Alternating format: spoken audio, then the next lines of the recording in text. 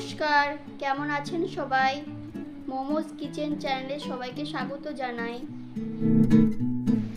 Hello বন্ধুরা, আজ একটা নতুন রেসিপি নিয়ে চলে এসেছি। দই পটল কিভাবে বানাবো দেখে নিন একবার।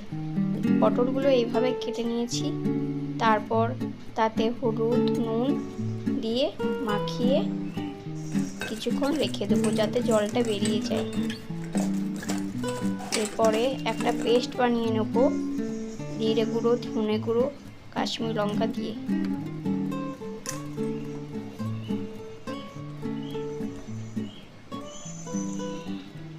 তারপর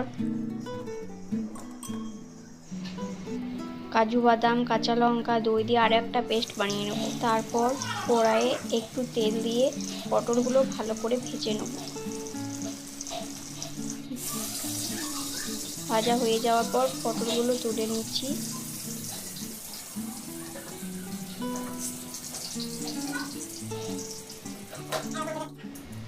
এরপর ওই তেলে গোটা গরম মশলা আর আগে থেকে তৈরি করা পেস্টটি দিয়ে দেব। তারপর একটু নাড়িয়ে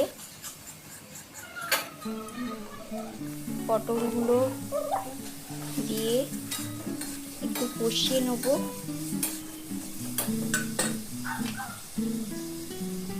একটু আন্দাজ মতো নুন দিয়ে দেবো।